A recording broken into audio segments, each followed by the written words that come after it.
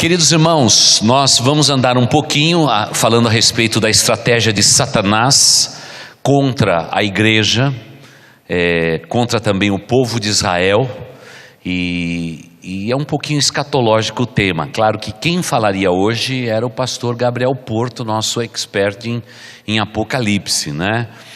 Depois que ele chegou eu falo menos de Apocalipse, mas eu quero sempre dizer a vocês que estão aqui, que o nosso site, o site da Igreja Boas Novas, fica sempre lá em primeiro lugar no Google, por um motivo, é aquele esboço cronológico do Apocalipse, não é? Nós já passamos agora de 600 mil pessoas que fizeram o download do nosso esboço do Apocalipse. Você vê que em todas as partes do mundo o pessoal faz o esboço é bom, extremamente racional, sucinto.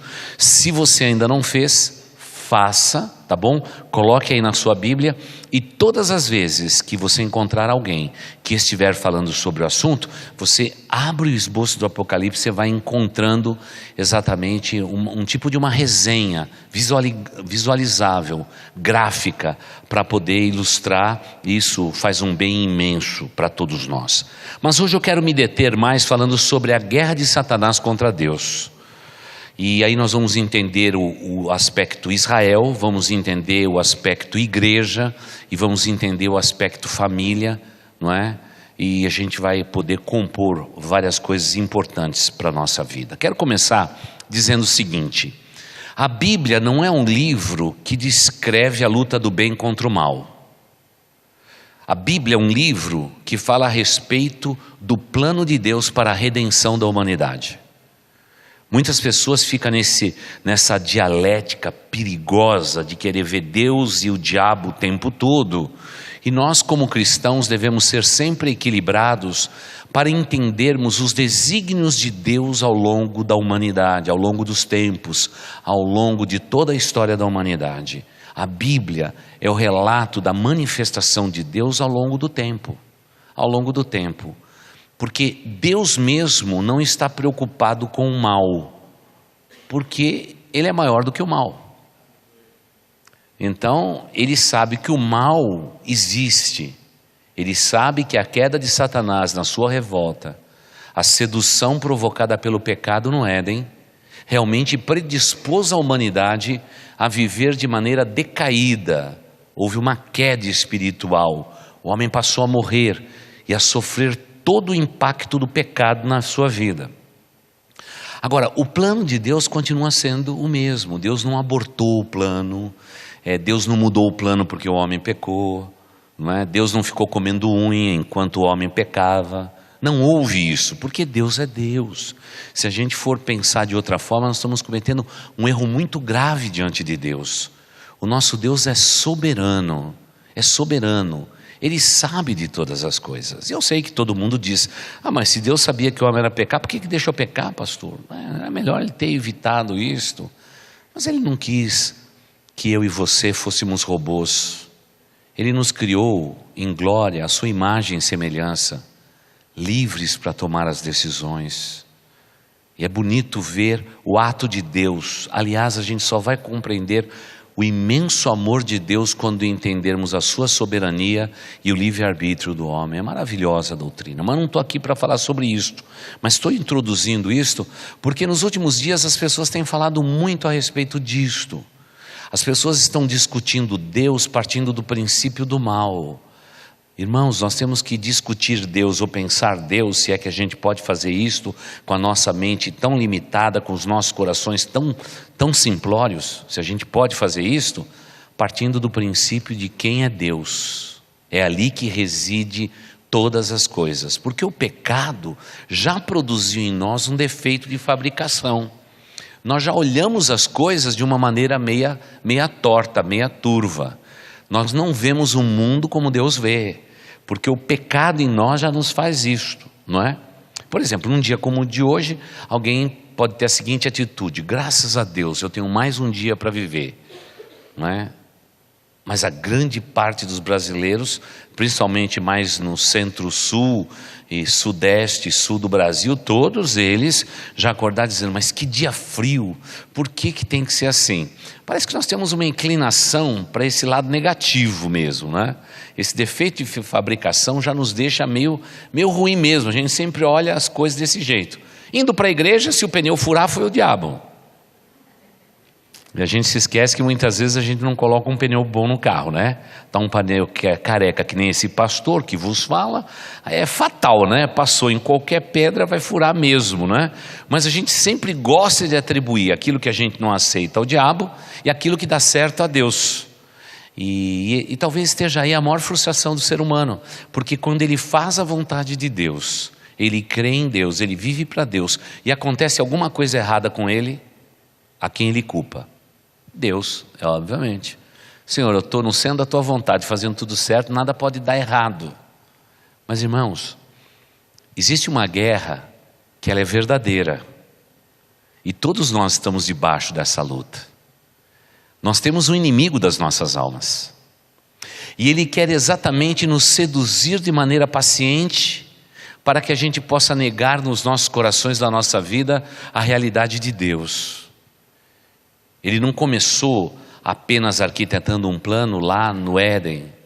Não, o diabo ele continua trabalhando e investindo nos mesmos propósitos que ele sempre teve. Ele tem poder, ele não é unipoderoso, mas ele tem poder.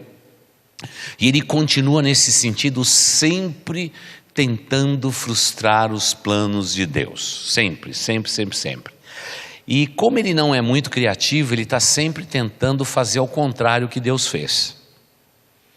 Então se Deus determinou, macho e fêmea os criou, ele vai discutir gênero, um terceiro sexo, uma quarta via para falar de uma nova família.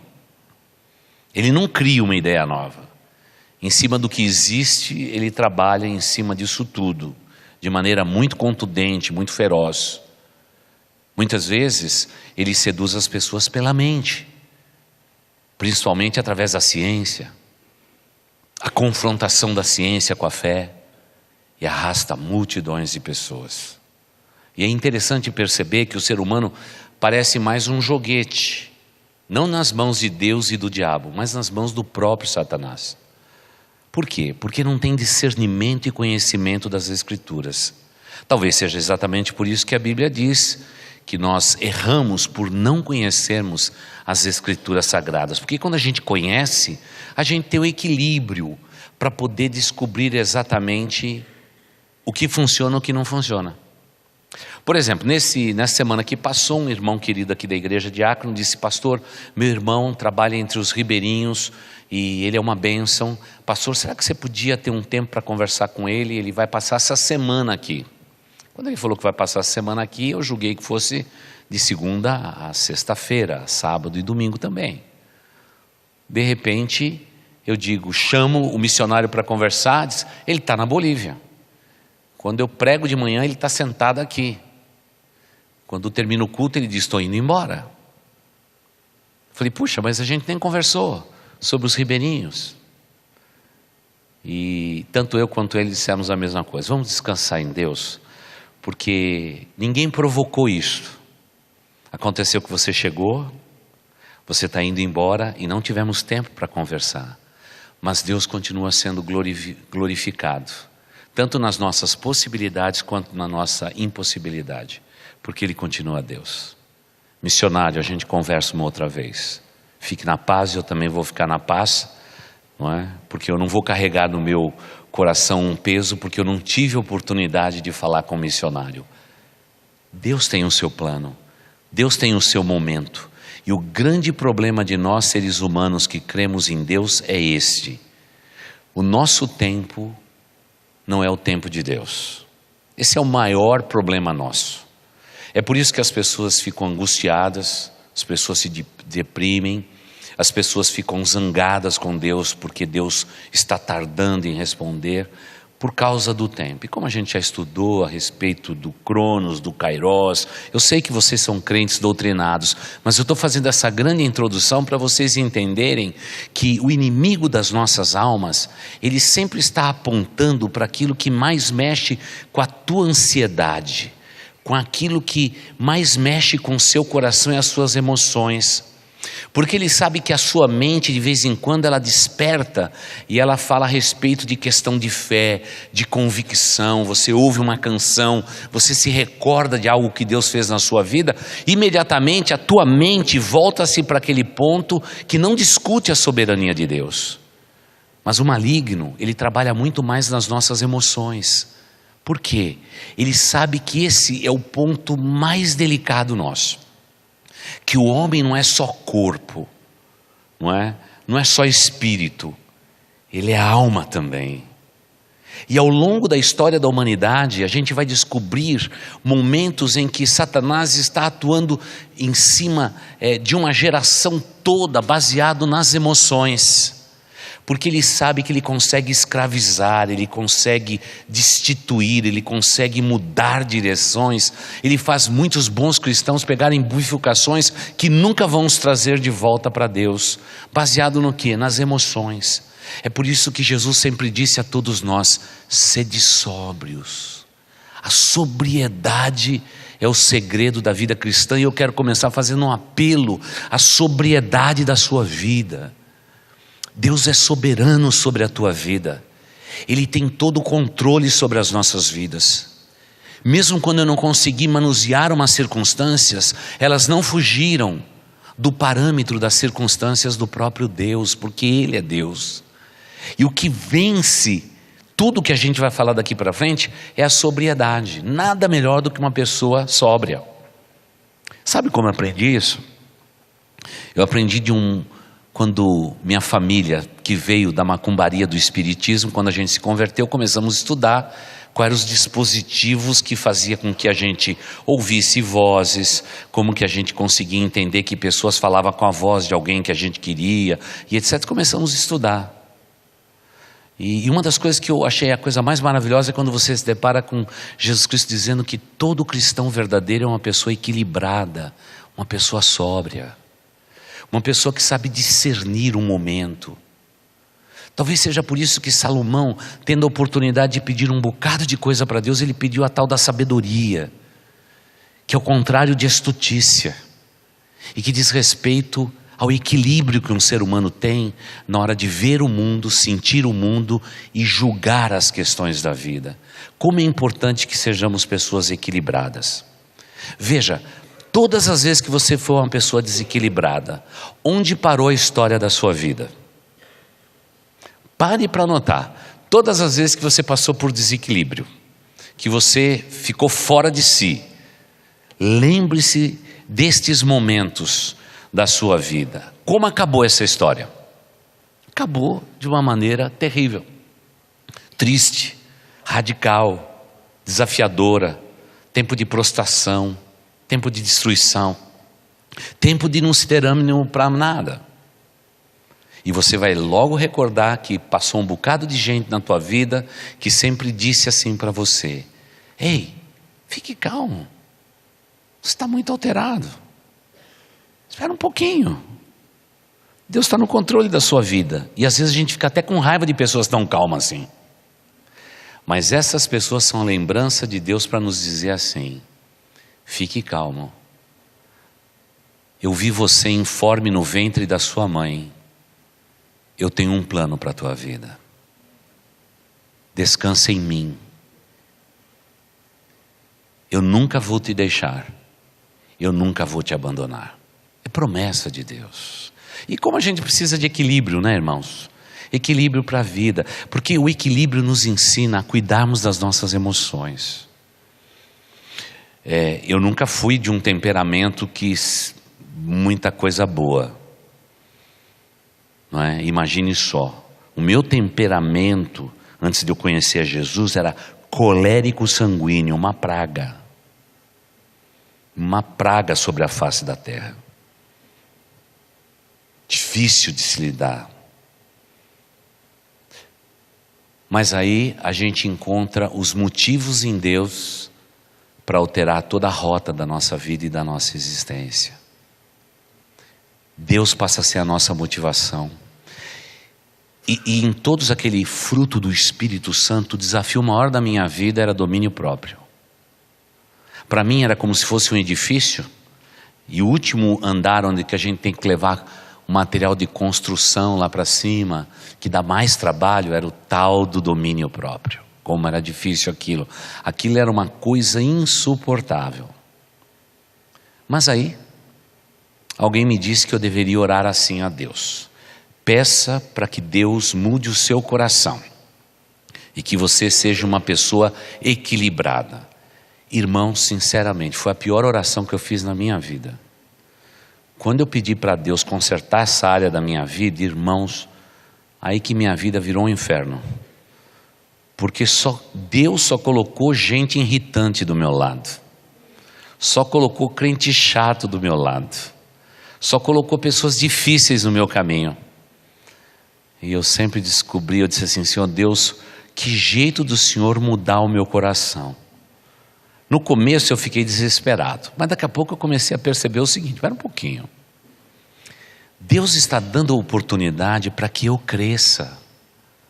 E eu não estou crescendo porque eu estou com raiva, eu estou aborrecido, eu estou perguntando para Deus por que todo instante.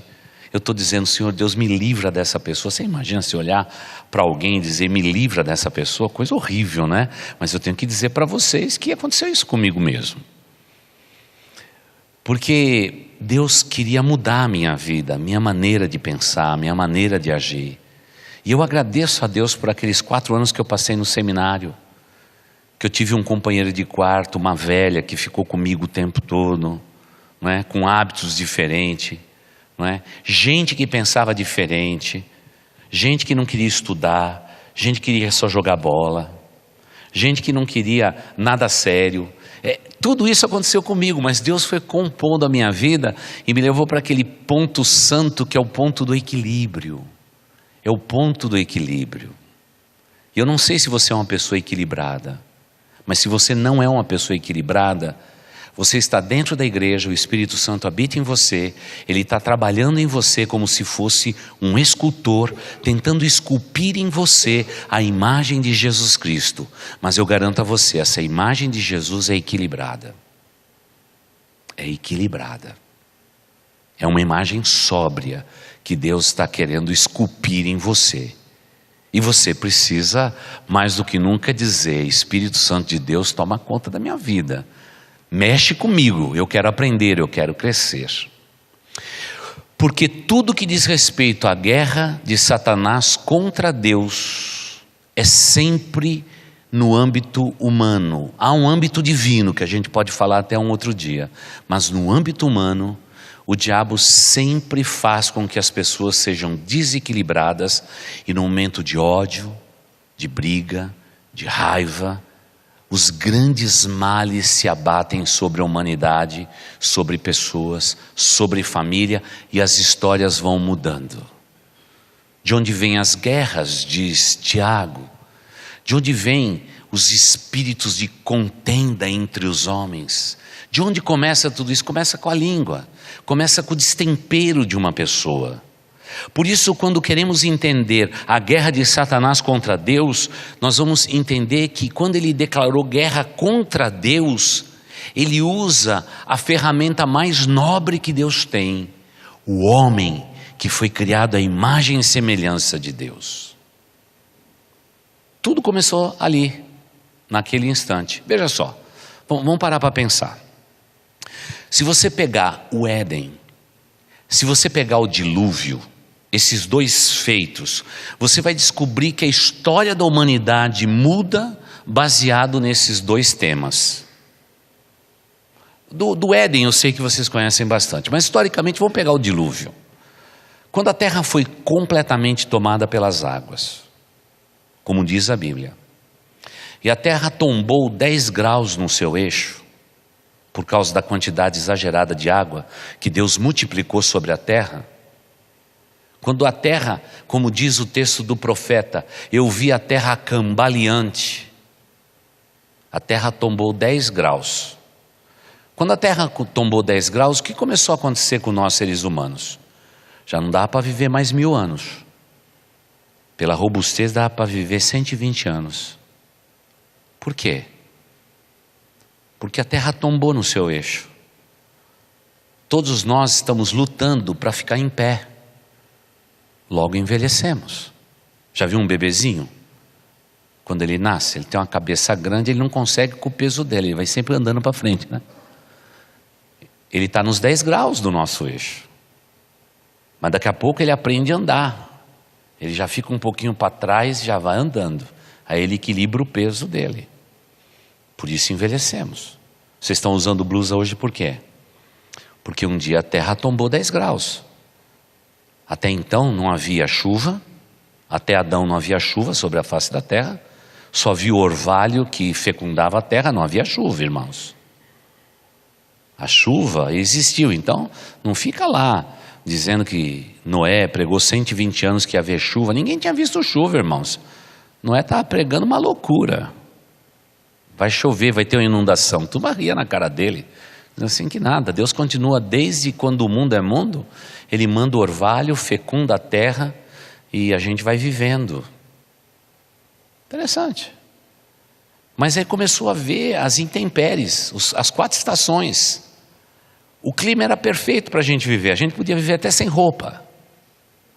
Era perfeito, é um campo de nudismo. Não havia intempéries, mas porque a terra tombou no seu eixo, as 4 estações passaram a existir. E se passou a existir 4 estações, quase toda fungose, toda virose, toda barata, toda lagartixa, irmãs começaram a existir. É interessante. Você percebe? Vai deteriorando. Vai deteriorando. E agora, o maligno, ele sabe que com essas limitações, isso torna ele mais eficiente nesta guerra e nessa luta. Por quê? Porque o homem já não vive 900 anos. Claro que Deus percebeu que a maldade do homem ao longo de 900 anos e todos os seus desequilíbrios ia levar a humanidade à destruição. Por isso ele diminuiu a idade de todo mundo, para ninguém fazer besteira por 999 anos e 24 horas e tal. Mas o que Deus fez? Deus fez isso para nos proteger. A terra se tornou cambaleante para nos proteger. Logo o inimigo agora, ele sabe que nós vivemos menos. E portanto, ele quer nos escravizar mais em menos tempo. Enquanto Deus quer nos abençoar eternamente. O diabo não tem a minha eternidade nem a sua, mas ele quer ter. E se ele puder escravizar a mim e a você, ele vai nos acorrentar junto com ele num lugar muito apertado, que, como diz as Escrituras Sagradas, foi criado por Deus para Satanás e os seus anjos. Deus não planejou inferno para homem nenhum. Os homens vão para o inferno porque querem ir para o inferno, porque dão as costas para o profundo e maravilhoso amor de Deus. Agora, se a gente vai falar de guerra, a gente tem que falar do ser humano. Porque o diabo sussurra nos nossos ouvidos e a gente constrói muros para separar nações. Ele sussurra no nosso ouvido e a gente, por causa de ouro, por causa de dinheiro, por causa de droga, a gente mata pessoas. O diabo é muito astuto. Ele quer acelerar um processo que a humanidade inteira e todo o globo da terra seja deteriorado em grande velocidade. Porque trazendo essa catástrofe sobre a humanidade, ele vai tentar excluir e matar todo o projeto de Deus. Só que os planos de Deus, dizem as Escrituras Sagradas, eles jamais serão contrariados. Tanto é que uma das grandes frustrações do diabo é que ele sujou esse planeta usando de homens. Ele poluiu todos os rios em busca de dinheiro. Ele separou castas de pessoas. Ele dividiu nações por cor, tribo, raça. É interessante, o diabo fez tudo isso, ele fez um pandemônio mesmo desta terra. E uma das coisas mais frustrantes para ele é saber que Deus, na eternidade, estabelece tudo que foi tirado desde o Éden para aqueles que creem, e Deus vai restituir todo o universo à sua condição natural. Tanto é que essa terra onde estamos será realmente queimada pelo fogo. E, irmãos, o rio que passava aqui na Anhangamelo vai passar na Anhangamelo. O riacho que passava aqui na Avenida Zelina vai correr no seu leito. E todas as condições pré-adâmicas, todas elas vão ser restabelecidas para esse planeta azul chamado Terra. Porque nenhum plano de Deus pode ser frustrado. Mas o diabo tenta frustrar os planos de Deus quando ele destrói um ser humano. Quando ele priva o ser humano do amor de Deus. Quando ele separa o homem do profundo e maravilhoso amor do nosso Deus. Esse é o grande dilema da humanidade. E talvez seja o maior desafio da igreja de Cristo Jesus hoje. Porque aí está a batalha verdadeira, irmãos. Aí está a batalha que está sendo travada sobre a face da terra. E a luta maior é esta. Deus é um Deus de amor. E Ele gentilmente convida a mim e a você a realmente vivermos para Ele, conhecermos a Ele em espírito e em verdade, e desfrutarmos de tudo aquilo que realmente Deus tem para nós. Mas os homens não querem isso. Deus não vai tocar no livre-arbítrio do homem, mas o que Deus vai fazer é aquilo que está escrito tristemente em Romanos. Você quer pecar? Você vai estar liberado para pecar. Você vai deixar o costume que eu dei para os homens. Você vai destruir tudo que tiver ao seu redor. Vocês vão ser entregues às suas paixões e concupiscência. E quem me ama vai lutar por uma vida de pureza e santificação, sem a qual ninguém vai ver a Deus. Essa é a decisão. Esse é o grande desafio. E é isso aí que a gente vai entender. Que Satanás não lutou só contra Deus, mas ele lutou também contra esse planeta chamado Terra. Tanto é que o texto de Ezequiel 28, Isaías 14, são as passagens bíblicas mais importantes. Anote aí na sua Bíblia, Ezequiel 28, Isaías 14. Ele vai falar a respeito do pecado do homem, vai falar da queda de Satanás, vai falar do pronunciamento de juízo realmente contra Satanás pela boca do próprio Deus. A promessa que Deus realmente traria um dia o Messias para realmente acabar com toda esta questão do pecado, para ser o redentor da humanidade. Esses dois textos são os principais de toda a Bíblia para entendermos a guerra de Satanás contra Deus. Porque se Deus, irmãos, decretar guerra contra Satanás, Satanás vai ser destruído no segundo. Se Deus pensar nisto, Satanás está destruído imediatamente. Nunca vai ser a guerra de Deus contra Satanás, porque Deus não pode pelejar contra ninguém, Ele é vitorioso em toda a batalha. Mas é a luta do mal contra realmente as hostes do bem. É por isso que esses dois textos bíblicos, eles existem. Agora, a maior atitude de Satanás contra Deus passa por mim e por você e por todos aqueles que creram no nome de Deus, quer entre o povo de Israel, quando a salvação foi anunciada a eles, e naquele período do Antigo Testamento, como você bem sabe, através da escola bíblica dominical, um homem só poderia ser salvo de duas maneiras: cumprindo a lei e tendo a esperança que o Messias viria um dia. Hoje somos salvos pela graça de Deus, mas no Antigo Testamento era assim. O intuito do diabo durante todo aquele período de tempo foi de difamar a Deus para o homem. Satanás sempre trabalhou no marketing diabólico. Ele sempre sussurrou no ouvido de todos os homens e mulheres na face da terra, desde o Éden até hoje, tentando difamar a Deus. É difamação. Por isso a Bíblia chama Satanás de mentiroso, de enganador, aquele que é falso, e vai acrescentando-se adjetivos a ele. Por quê? Porque, irmãos, sempre a atividade dele foi de difamação.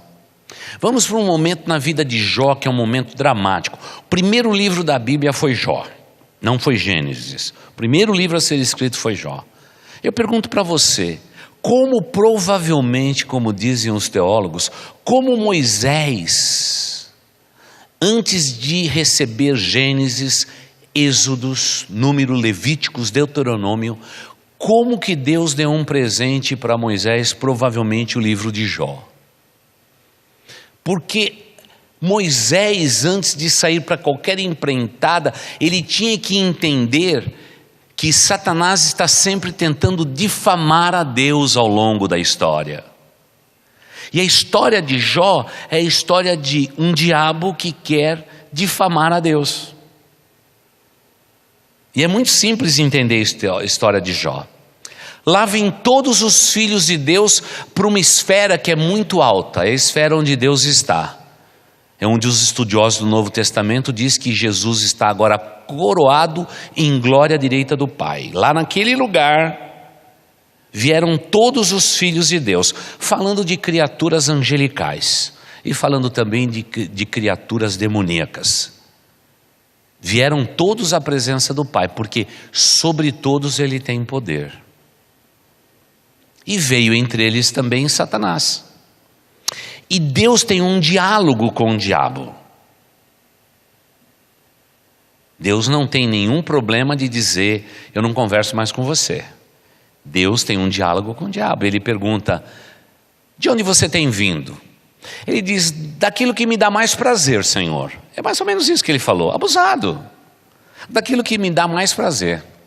Porque quando eu era um anjo de glória, eu dirigia todos os corais celestiais, eu percebi que lá naquela Via Láctea, dentro de toda aquela gama de planetas, você, ó Deus eterno, você separou um planetinho azul chamado Terra e o Senhor tinha plano para eles. Por isso o dia que o Senhor me expulsou daqui, sabe para onde eu fui? Eu fui para a Terra, porque eu conseguia ver a tua benevolência. O Senhor tinha um plano para aquela terra. Todo mundo aqui no céu ficou sabendo. Portanto, se você me pergunta, eu imagino o diabo falando com Deus, se mal me pergunta, eu vim de rodear toda a terra e passear por ela. E Deus tranquilamente, você pode ler Jó e você vai realmente entender isso. Deus perguntou para o diabo, você viu o meu servo Jó? Não há em toda a terra alguém semelhante a esse homem. Por que Deus falou isto? Porque lá está um cara equilibrado, que sabe discernir o bem e o mal, e decidiu fazer o bem na sua vida. Aí o diabo olha para Deus e diz assim, mas é claro que ele é seu queridinho. Ele tem tudo, família grande, riqueza, gado, prosperidade, ele tem tudo, o que a maior parte da humanidade gostaria de ter. E Deus diz, Satanás, você está errado, esse homem me ama porque me ama, e é equilibrado na língua hebraica. Você pode ler lá que vai encontrar a palavra equilíbrio, e porque é um homem equilibrado. Desculpe, mas se o Senhor tirar dele o que ele possui, aposto, ele vai blasfemar o teu nome. Deus disse, Satanás, eu conheço a você e conheço o coração dele. E eu quero garantir a você, lá está um homem justo, correto, que me ama e é uma pessoa equilibrada. Você pode tirar tudo dele, só não toque na sua vida. Eu particularmente, irmãos, quando li o texto, disse assim, né? Porque depois a gente lê o texto, coitado de Jó, né, irmãos? Ninguém merece aqueles amigos, né, irmãos? Ninguém merece aquela esposa, né, irmãos? Já podia dizer, né? Eu vou criar uma nova esposa para ele, porque acaba com essa também, mata, leva embora, né? Porque meu coração é mau. Quando eu vejo o que fizeram com ele, eu já queria também eu fazer justiça. Imagine se de repente eu viro Deus. Eu destruo o mundo em 2 dias.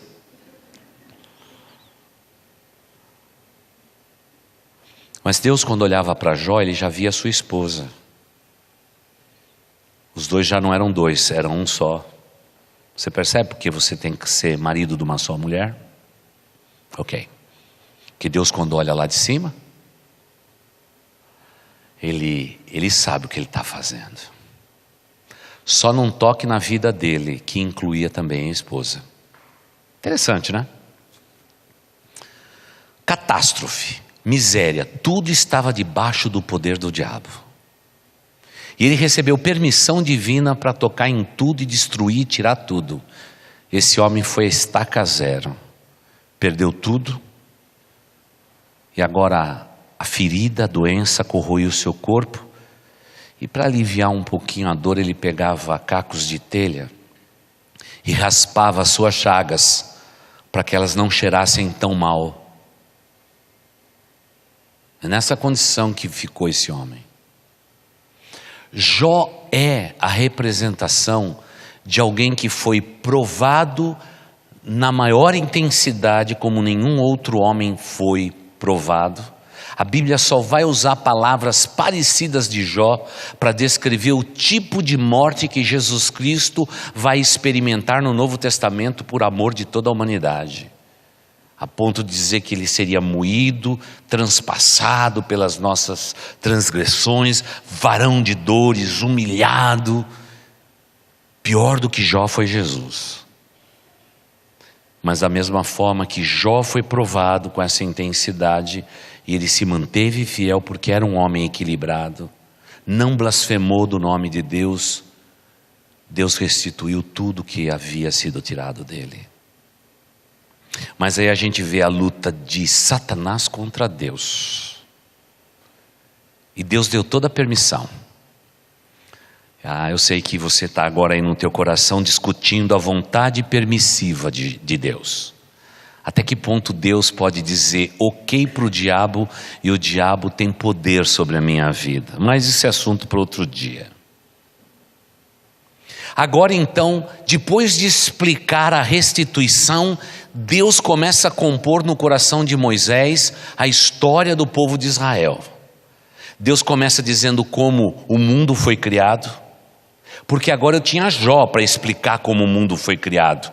Ninguém ia perguntar quem nasceu primeiro, Deus, foi o ovo, a galinha, nada daquelas coisas. Porque Deus já explicou em Jó. Tanto é que o livro mais científico da Bíblia é Jó. Quando você pegar qualquer cientista que fala sobre qualquer tema da Bíblia, ele vai começar por Jó. Lá estão os mistérios dos mamutes, dos gigantes, dos dinossauros. Estão todos escritos no livro de Jó. Ou seja, Deus satisfez o coração de Moisés para compor a verdadeira história da humanidade. E agora surge um elemento que vai ocupar exatamente o lugar que pertencia a Jó no livro de Jó. É o povo escolhido, o povo de Israel. Quando Deus separa o povo de Israel na pessoa de Abraão, o diabo está lá com os seus olhos olhando e vendo, já descobri para onde Deus vai. Deus vai por esse caminho aqui. Ele vai separar um povo para ele e vai abençoar a terra inteira. E aí então começa, a gente sai do efeito Jó e passamos para o efeito povo de Israel. E agora a gente vai acompanhando Israel e tudo que Israel foi passando. Todas as lutas que eles foram vivendo. As lutas familiares, esterilidade, perseguição, escravidão, opróbrio e etc, etc. Um dos momentos mais baixos da história do povo de Israel foi o Egito. Eu sei que está muito vivo na memória de todo o povo brasileiro, por conta da novela Os 10 Mandamentos, né? Parece que agora tem mais capítulos, né? Para a turma assistir, a turma está aí assistindo. Então está muito vivo na mente. Então é bom para a gente também ilustrar. Quando Deus separa um povo e diz, eu vou abençoar a terra inteira através desse povo, o diabo da mesma forma agora, ao invés de se levantar contra Deus, ele se levanta contra o povo que Deus escolheu. E é por isso que esse povo não tem sossego. E não vai ter sossego até aquele dia, não é? No período da grande tribulação, no meio dos 3 anos e meio, ou no início da 70ª semana do profeta Daniel. Não vão ter sossego. Eu me lembro na viagem que fizemos agora, foi duro explicar para os irmãos que foram conosco para Israel. Foi muito difícil explicar para eles o que significava a Palestina.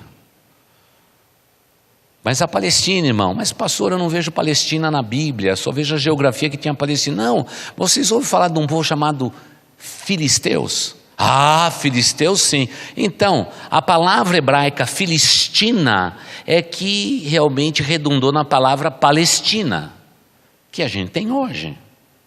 É o mesmo povo, que está até hoje ali com uma pedrinha no povo, né, no sapato ou na sandália de Israel até hoje. E aí a gente consegue ver o seguinte, na história de Jó, o diabo se investe contra um homem. Quando Deus separa um povo, ele se investe contra este povo. Quando Deus mandou Jesus Cristo na plenitude dos tempos, Israel já estava espalhado sobre a face da terra.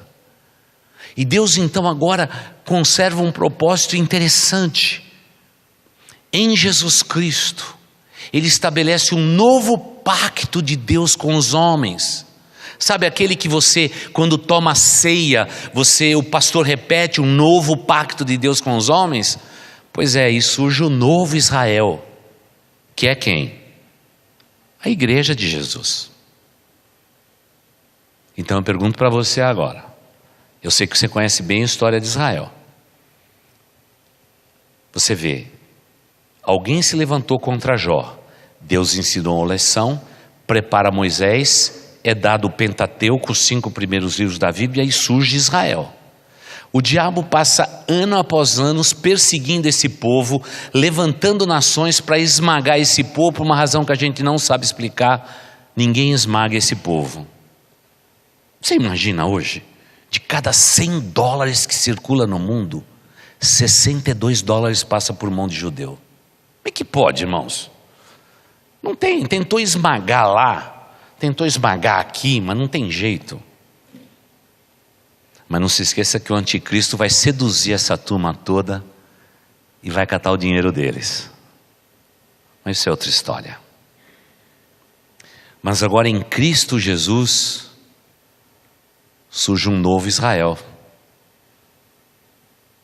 Por isso que o apóstolo Paulo diz assim: queridos, nós não temos que lutar contra a carne, nem contra o sangue, mas nós temos que lutar contra potestades, contra hostes espirituais da maldade que atacam os lugares celestiais.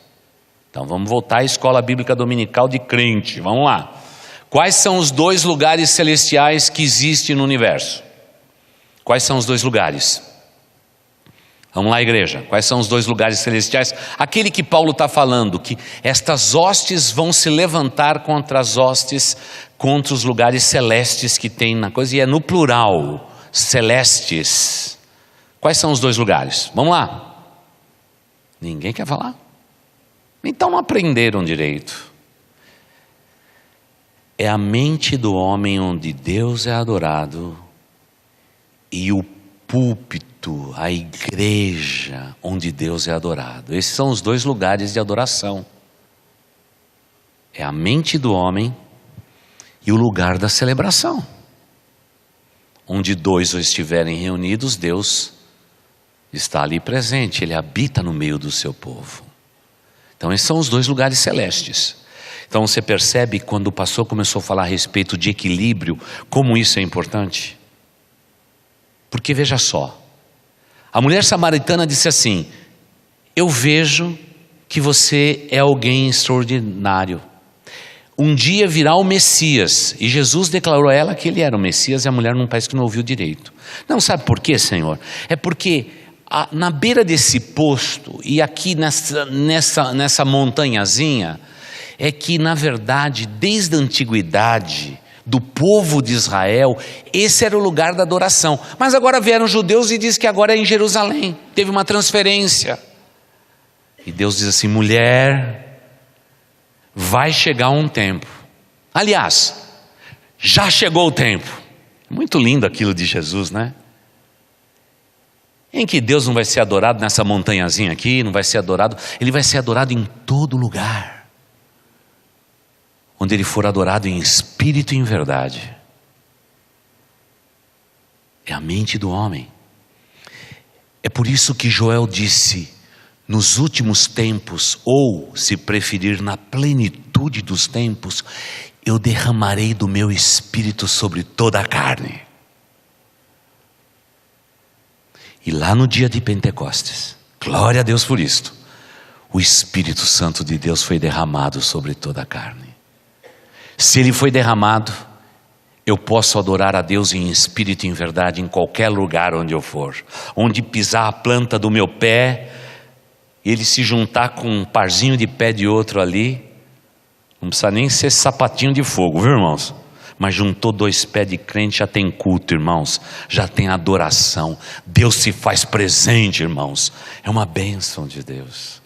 E se você soubesse o quanto isso aborrece Satanás, é por isso que hoje, em lugar de, quem sabe, termos aqui mais 150 pessoas, como tivemos das últimas 2 vezes nas 7 semanas de jejum e oração, a turma fica em casa. O diabo manda frio e diz: fique em casa, não vai para a igreja, porque quando você, com a sua mente onde Deus é adorado, você se junta com os meus irmãos, o poder meu de Satanás nessa cidade fica diminuído.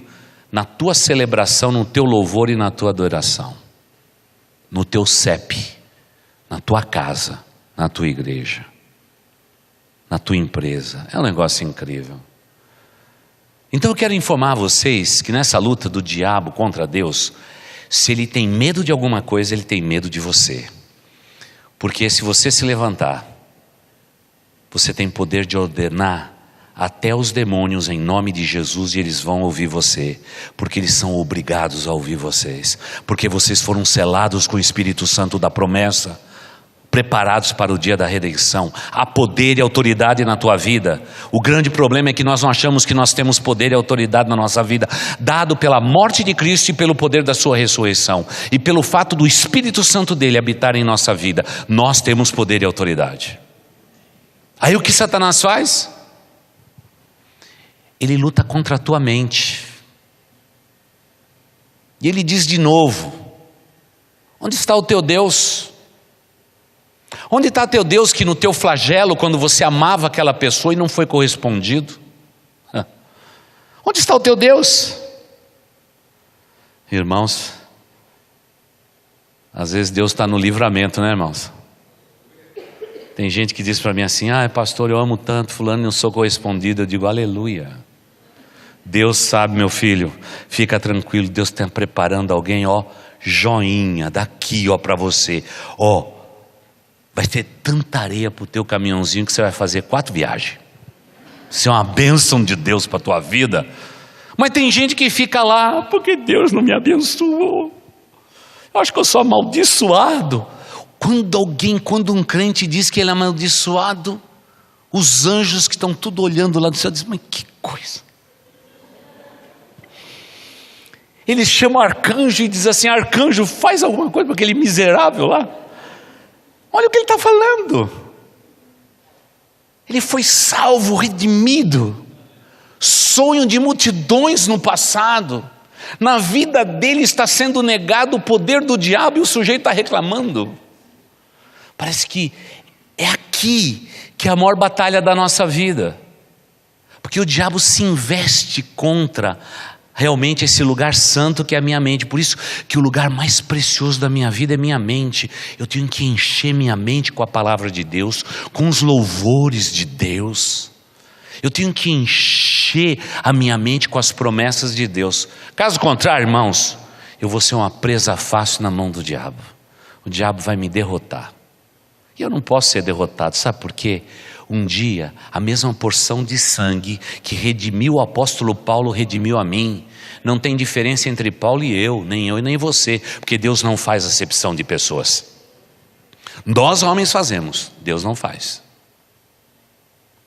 Então o diabo ele se investe exatamente contra o povo de Deus, contra a igreja de Jesus. De que maneira?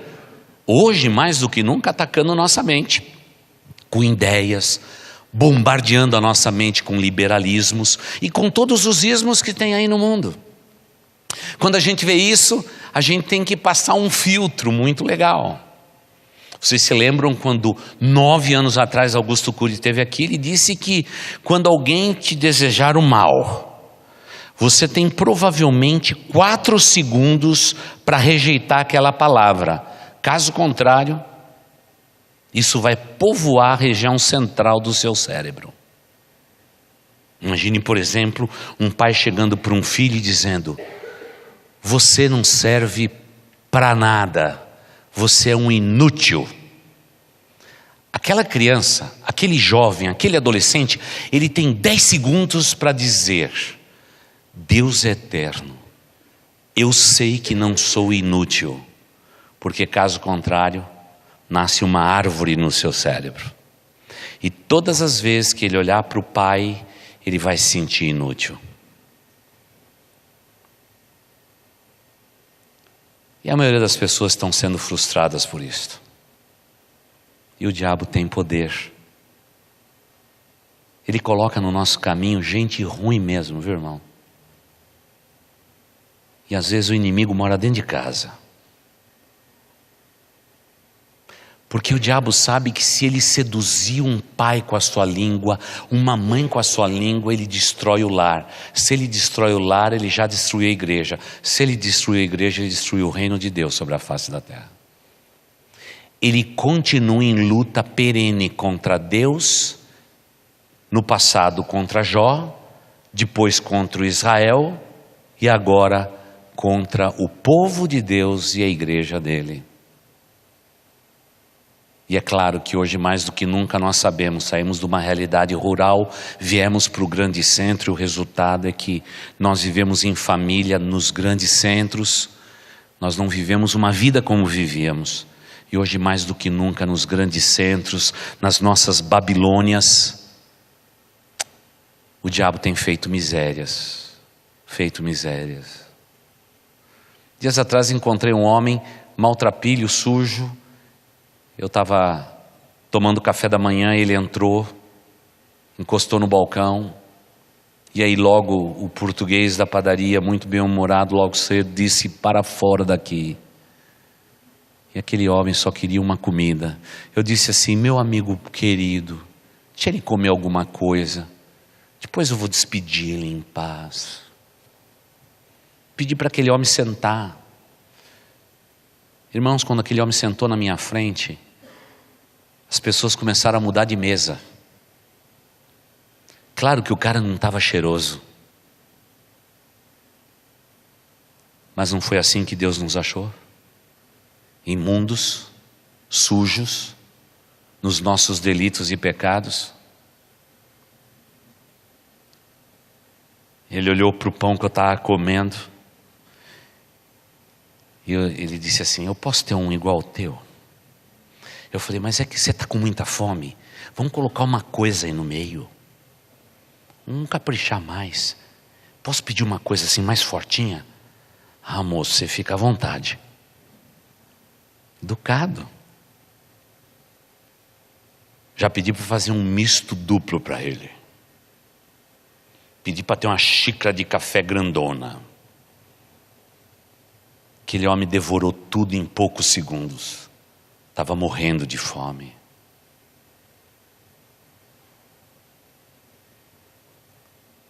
Quando ele se alimentou, eu disse: o que você veio fazer na padaria? Ele estava com um pacotinho na mão, ele comprou um pão. Ele disse: eu estou levando para uma mulher porque ela é como se fosse minha mãe. A gente mora numa casa abandonada aqui, perto da Anhamelo, e ela também não comeu nada. Eu estou levando um pedaço de pão para ela. Quer dizer, ele estava ali disposto a não comer nada para levar um pão para quem realmente cuidava dele. Naquele momento, irmãos, eu vi que na vida daquele homem, no meio da miséria, toda a astúcia do diabo foi desfeita, porque havia no coração daquele homem um equilíbrio, uma lucidez inacreditável. No meio da sua dor e da sua miséria, ele é um dos melhores cristãos que eu já encontrei na face da terra. Ele estava preocupado com o outro, melhor do que muito crente que lota as nossas igrejas. Eu sei que eu não estou falando de você, eu estou falando dos outros que não vieram.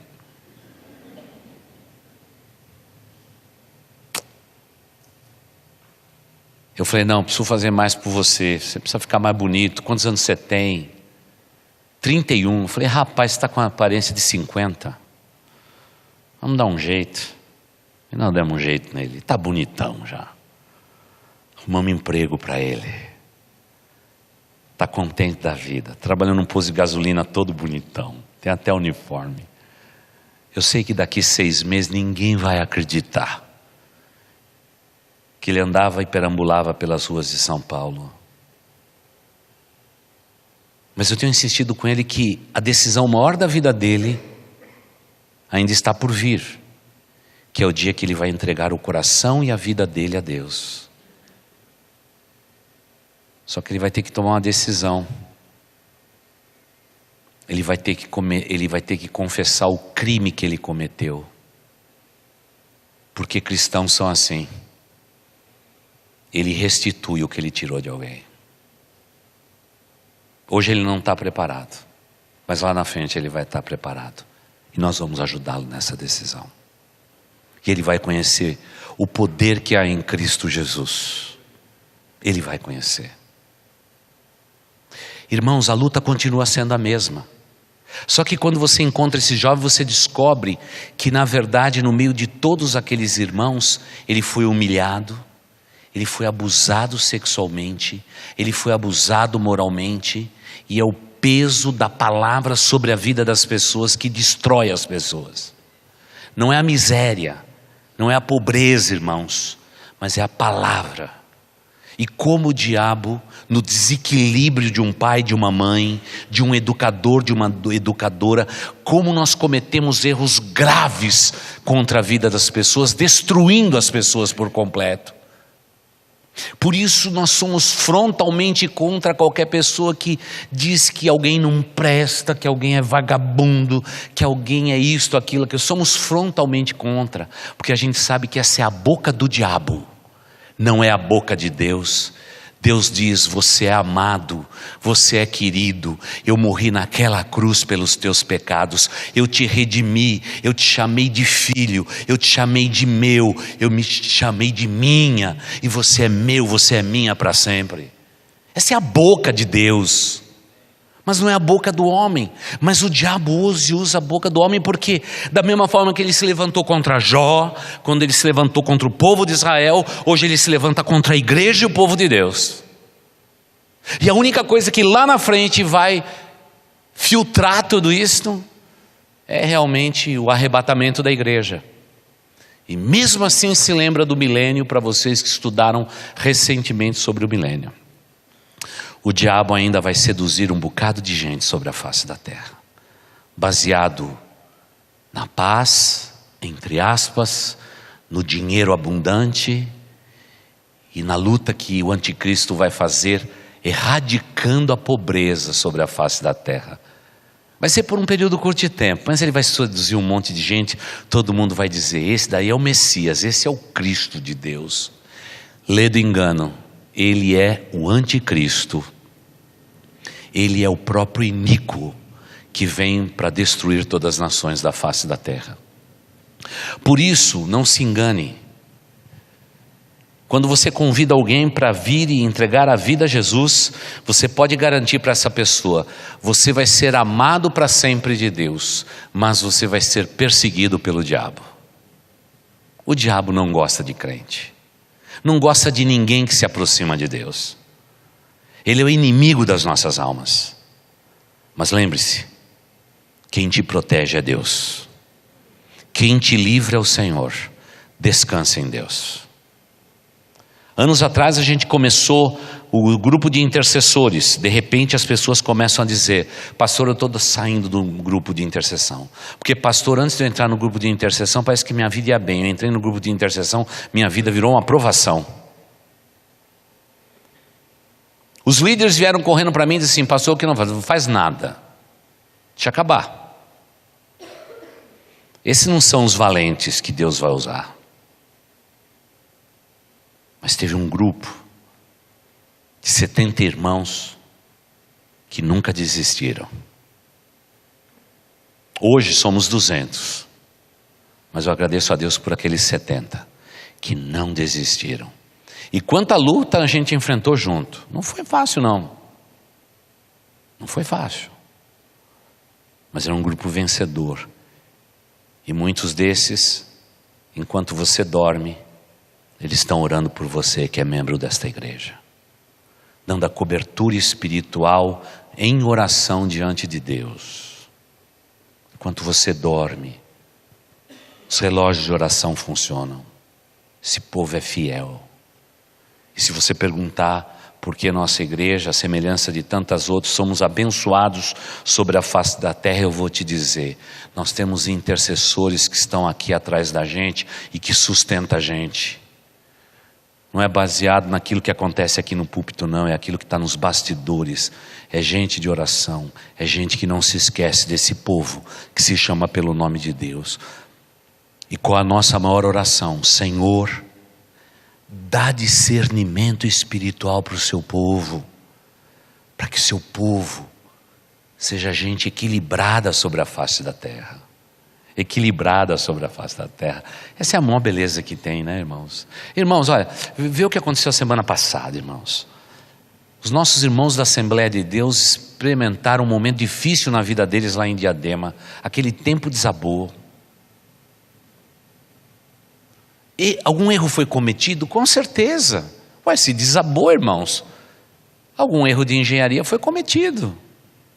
Mas sabe o que mais dói no meu coração?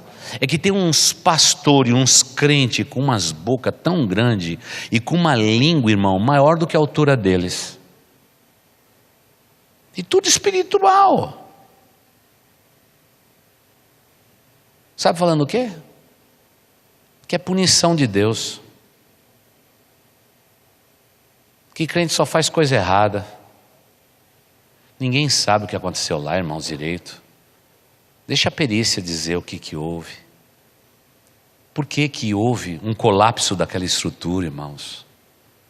Uma primeira coisa que o povo faz, com falta de equilíbrio, com uma boca do diabo, destrói, destrói, destrói.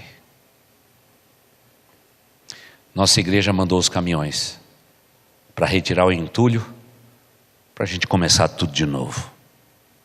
Porque quanto mais o povo fala mal, mais eu digo assim: vamos negar a obra do capeta mesmo. Quando esse povo fala mal, vamos fazer o que é o bem. Vamos reconstruir, vamos fazer o que precisa ser feito. Chegamos lá, não tinha nem os nossos homens de demolição e mudança de escombros. Os caras são super rápidos. Chegamos lá, nem pudemos fazer nada. Não, ninguém pode mexer ainda não. Mas a gente disse: pastor, diz aí quando a gente pode chegar aí e dar uma mão para você. Que nós somos o povo da vida. Porque nas encruzilhadas de Naim sempre vai haver duas multidões. A multidão da morte e a multidão da vida. Irmãos, vocês são da multidão da vida. Vocês são seguidores de Jesus. Quando a gente chega nos Naíns da vida, nós estamos trazendo vida e alegria para aquele povo. A gente ama, a gente caminha as milhas que forem necessárias, a gente cuida, a gente ampara, a gente se sensibiliza, porque há equilíbrio na nossa mente, é uma postura de equilíbrio. Tanto é, e com isso eu vou concluindo, durante o ministério terreno de Jesus, O diabo se levantou contra o menino Jesus para destruí-lo, porque sabia que era de Cristo que viria exatamente a redenção do mundo. Você acha que aquela matança dos infantes, publicado por Herodes, para mandar matar todos os meninos abaixo de 2 anos de idade, uma vez que os reis magos chegaram em Jerusalém, perturbando Jerusalém, 2 anos depois Jesus já era um menino? Quando Herodes mandou perguntar, quando apareceu a estrela? Tal, pode mandar matar todas as crianças, meninos de 2 anos para baixo.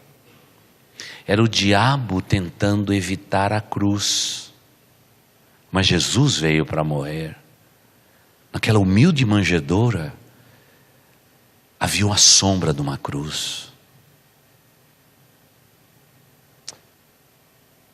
O diabo também tentou destruir Jesus quando Jesus foi tentado.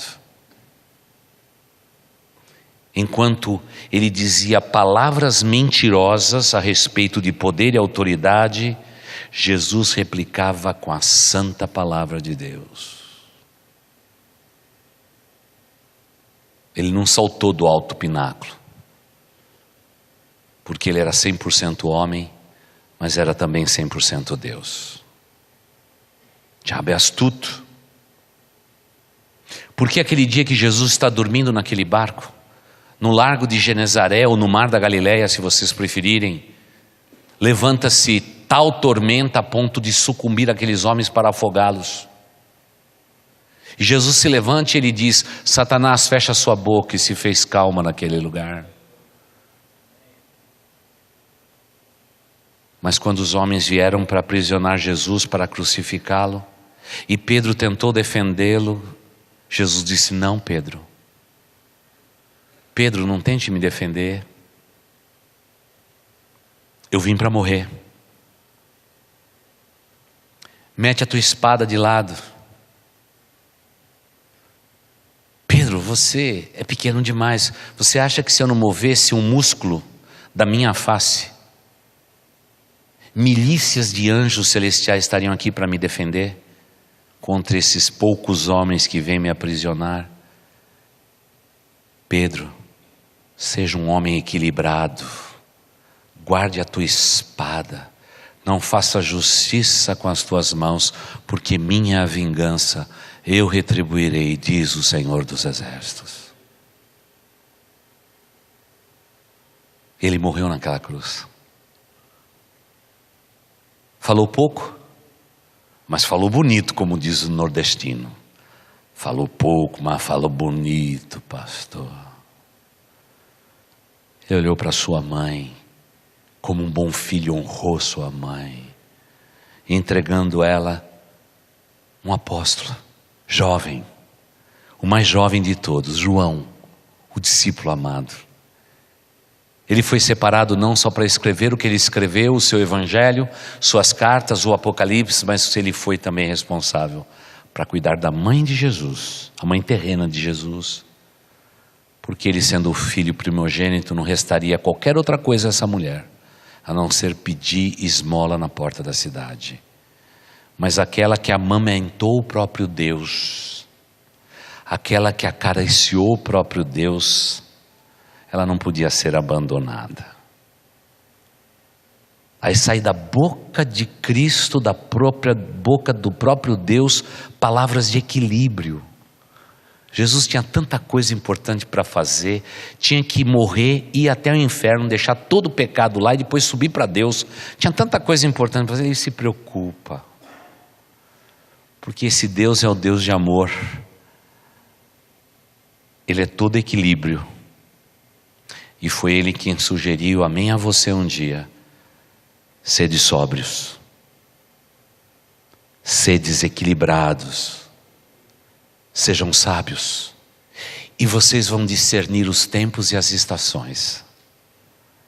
Qual que é a maior atividade de Deus na nossa vida hoje? Irmãos, é nos reunir nesse santuário. Você se assenta aqui, se senta lá atrás ou em qualquer lugar, por aqui, pela internet. Irmãos, Deus está tentando produzir em nós crescimento espiritual até a gente chegar à estatura do varão perfeito.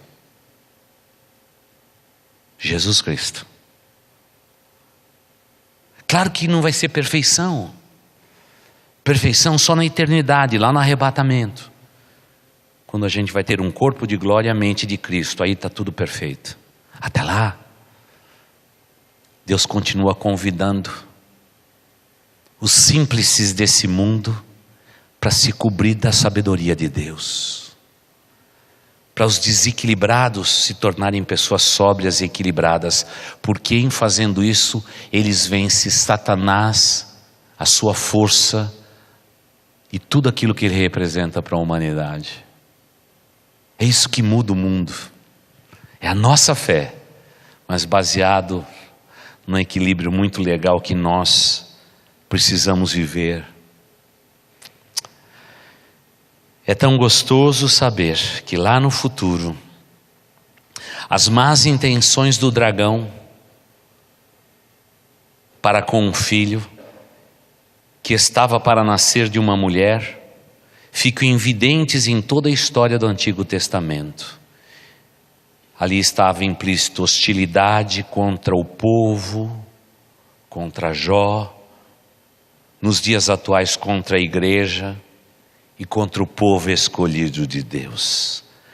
É o mesmo dragão, é a mesma prostituta, é a mesma sedução que faz com que contrapassas o diabo seduza principalmente os escolhidos. Entre Esaú e Jacó, com certeza, o diabo não gostou de um trapaceiro que se reconciliou. A gente poderia passar por todas as páginas do Antigo Testamento e ver quantas vezes Faraó tentou destruir aqueles que pertenciam a Deus, mandando matar. Mas Deus foi cuidando. Herodes tentando matar os nenês, Deus cuidou. Mandou ouro, incenso e mirra, e ouro suficiente para passar no Egito o tempo, até que Herodes tivesse sido morto. Toda a profecia é necessária, irmãos, e faz parte da nossa história, mas não existe no mundo uma evidência maior e mais linda do que um crente equilibrado, cheio do Espírito Santo de Deus. Alguém que vive o fruto do Espírito Santo, mas acima de tudo, tem domínio próprio da sua língua e dos seus pensamentos. Porque são estes aqueles que Deus tem usado nesse tempo para minimizar o mal de toda a terra e fazer com que todo o bem seja suplantado sobre todo o mal que existe na face da terra. E parece que é mesmo assim que Deus faz. Deus escolhe as coisas loucas desse mundo para confundir as coisas grandes e entendidas que existem no mundo. Pode parecer um contrassenso, mas não é e nunca será, por uma razão muito simples. O mundo jaz no maligno, mas não se esqueça, meus irmãos queridos, o versículo não começa assim. Ele começa dizendo: nós somos de Deus, enquanto o mundo inteiro jaz no maligno. Você é de Deus? Se você é de Deus, Deus te convida nesta noite ao ponto de equilíbrio. Como precisamos ser pessoas sensatas e equilibradas. Pessoas que peçam sabedoria de Deus para tudo que tivermos que fazer na vida. Porque em fazendo isso nós estamos minimizando o poder do mal, do jeito que ele está instaurado no mundo, não é? Como vemos nos dias atuais. E é claro que todo mundo pode perguntar: pastor, o mundo vai melhorar? Qualquer resposta? Não. O mundo não vai melhorar, não se engane, meu irmão, minha irmã. Estamos vivendo no limiar de mais uma história. Talvez sejamos a última geração sobre a face da terra. E por esta razão, irmãos, devemos hoje nos consagrar cada vez mais ao nosso Deus, fazer a sua vontade, ler muito a sua Bíblia e encher os nossos corações de louvor e adoração. Por isso, hoje vamos dar mais um passo nessas 7 semanas de jejum e oração. Eu sei que você com todo carinho preencheu o seu pedido. Talvez sejam 7, talvez sejam 14, talvez sejam 20, talvez seja um só. Algo que você está persistindo na presença de Deus, não importa para nós. Esses envelopes são selados e você vai recebê-lo no dia do culto de gratidão, quando vamos tomar uma sopa como um verdadeiro pretexto e louvar a Deus mais uma vez pelo que Ele pôde fazer na vida de vocês durante essas 7 semanas de jejum e oração.